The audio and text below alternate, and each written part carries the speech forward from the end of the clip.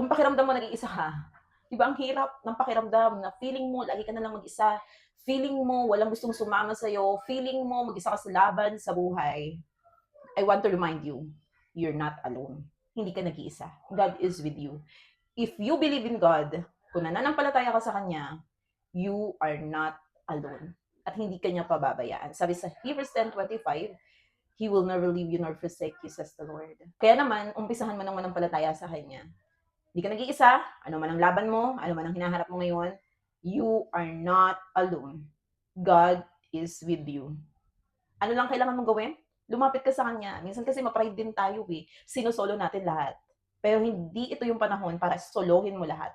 Kung hindi mo malapitan yung pamilya mo, hindi mo malapitan yung kaibigan mo, at yung trusted person na inaakala mo pwede mong malapitan sa panahon na kailangan mo ng kasama, sad to say, people can fail us, but God will never fail us. Lapit ka lang sa Kanya at ipaparamdam niya sa'yo that you are not alone. You need God in your life, just admit it and go to Him right now. I hope nakatulong itong video na to sa'yo. I just want to remind you. God bless.